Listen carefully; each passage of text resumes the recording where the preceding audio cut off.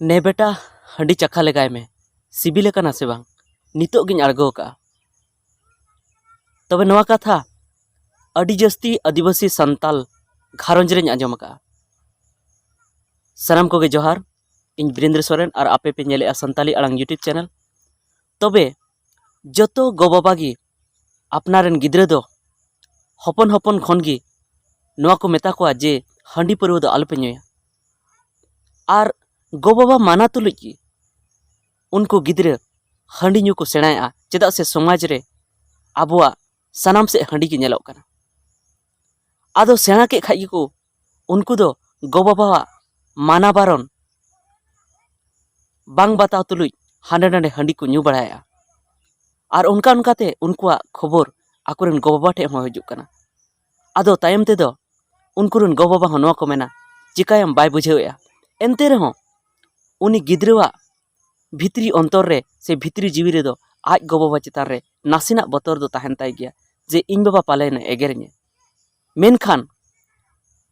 उनिया ओना नासिना जहां बतर तहन तया उनिया ओना बतर दो आज गो बाबा गी बई बई ते को चाबा ताया। नोआ दो अबुआ समाज रे नेल कना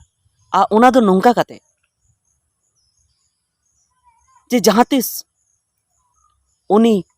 जुवनना जुवन काते बापलायना बापला काते गिदर पिदर को होयना एनते रहो उनिया मने रे बतर दो तहन गया। मेनखान तायम ते आकुरेन आई बाबा को मेना चिकायम नुई मा हंडी ᱧᱩᱭᱮ गी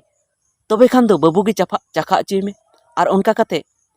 हंडी आज गो बाबा किन दोह लेखाय से आज आयो दोह लेखाय होहोया मेना ने बेटा हंडी चखाय में सिबिल कना से बांग। तबे नोंका रे उनी गिद्रवा से उनी जुवन कोड़ावा आज गो चेतान रे बतर चाबायन गी जे ओने तो इन आयो मा हंडी ᱧᱩ मा बाय एगेरे दिन कान तबे खान दो इन नोडे ओड़ा रहों ᱧᱩ दाड़ेया और उनका काते बई बईते उनी दो सानामा बतर चाबा कान तया और बाहरे खन ᱧᱩ काते हों हिजुआ से ओड़ा रहों ᱧᱩ रे हों उनी दो कोनो बतर बाय अटकारा। उन घड़ी आज आयो बाबा खूब किन रोहेदा जे अडी जस्ती ᱧᱩᱭेआ मेनखान उनकिना रोहेद दो उनिया बहर रे दो बतर दो बाय अगु दाड़ेया चेदा से उनकिन मा अकिन की हंडी किन एम आकादी। तो ओना इयते इन से को मेन अचोया जे जहां तिने गी अपनार ते हंडी को ᱧᱩᱭे बाहरे रे को ᱧᱩᱭे से अगल बगल ओड़ा रे को ᱧᱩᱭे एनते रहो अपनार गो बाबा दो तिस्सो अपनारेन गिद्रे दो अपनार ते दो हंडी दो बाबन चाला कोमा तिस्सो बाबन मेता कोमा और उनको दो मानाती की बन तहन मा चाहे जहां तिने माताले बनाव का एनते रहो उनको दो अपनार ते दो हंडी दो बाबन एमा कोमा। जुदी अपनार ते हंडी बन एमा कोआ अपनार ते बन चखा अचो कोआ तो उनकुआ मने रे जहां नासिना हो बतर तहन ताया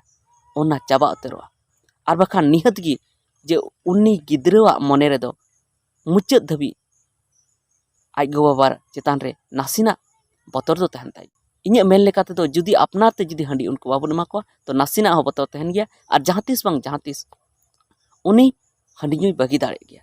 मेनखान जुदी अपनार ते चाखा लगी बन एमा कोआ से ᱧᱩ लगी जहां तिस बन मेता कोआ तो तिस्सो उनी मने रे दो हंडी ᱧᱩ खन सहा रेना मने दो बांग हिजुआ और उनिया बतर दो तिस्सो बांग तहना जे इन हंडी ᱧᱩᱭᱟ। तो मा एनखान नवा कथा रेबेत तबन पे और हों नवा वीडियो रे और नवा नवा कथा लई बुना और अबुआ समाज अबुआ कुदुम कहानी और अबुआ हापड़ाम को कहानी को लई बुना। मा जोहार।